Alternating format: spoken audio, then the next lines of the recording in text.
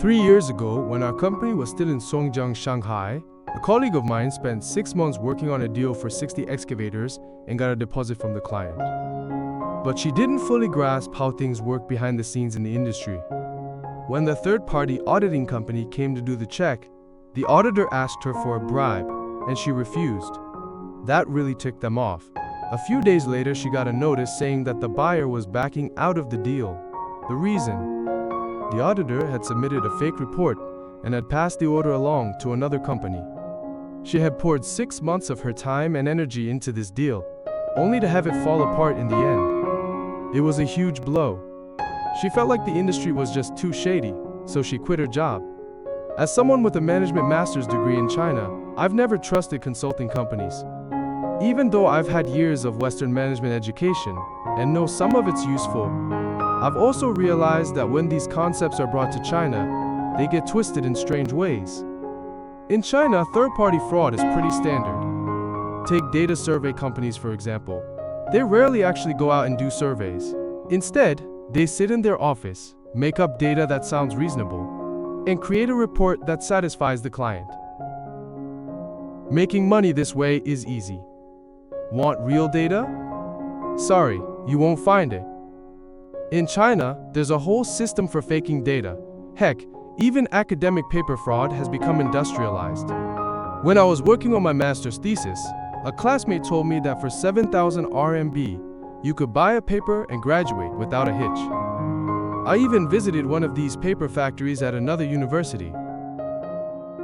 Once, a high school friend invited me to do a survey interview. As a respondent, all we had to do was answer the pre-written questions and film a video to get 400 RMB. I thought it was ridiculous. It wasn't a survey, it was just a performance. So I said no. But my friend got the 400 RMB. China is full of these hidden rules. If you refuse to play along, you'll likely end up as a failure. And yeah, I'm one of those failures. Third-party audits are part of what survey companies do. In China, they take your commission and also accept benefits from the company being audited. Typically, the company being audited will pay them to say nice things about them. The more they get paid, the more they praise the company or prioritize them. There are also old-school business habits, like drinking together until you're drunk, and then arranging for the auditors to have a good time afterward. The bigger the contract, the more these things happen. Of course, you're the one paying for it all.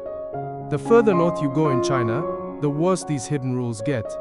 That's why I prefer doing business with companies south of Shanghai, unless they really don't have what I need. Think of Shanghai and the Yangtze River as a dividing line. North of Shanghai represents traditional China, and south of Shanghai represents a more modern and open China. A lot of people go to places like Beijing or Xinjiang to shoot videos, thinking everything looks great and the people are so down to earth. But in reality, the people filming the videos and the ones in them are probably national security officers or actors. I've never seen ordinary Chinese people as energetic and lively as they appear in those videos. The life of an average Chinese person is exhausting. Really exhausting.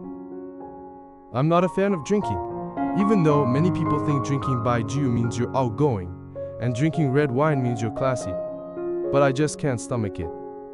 I'd rather grab a bottle of Coke from a corner shop and sit quietly at my computer by myself. When I do third-party audits for foreign clients, I always do it under my personal name, not as a company representative. I believe personal reputation is more important than a company's brand because a company can shut down any time or shift the blame. But once your personal reputation is damaged, it can ruin your whole life. I don't accept bribes from the company being audited. When you hire me, you're my only employer. In China, third-party companies might betray their clients for bribe, or, if they don't get a bribe, they may try to sabotage the sales company. The hidden rules are everywhere. That's why I focus my energy on foreign trade. I want things to be simple and transparent, without all the hidden rules pulling the strings.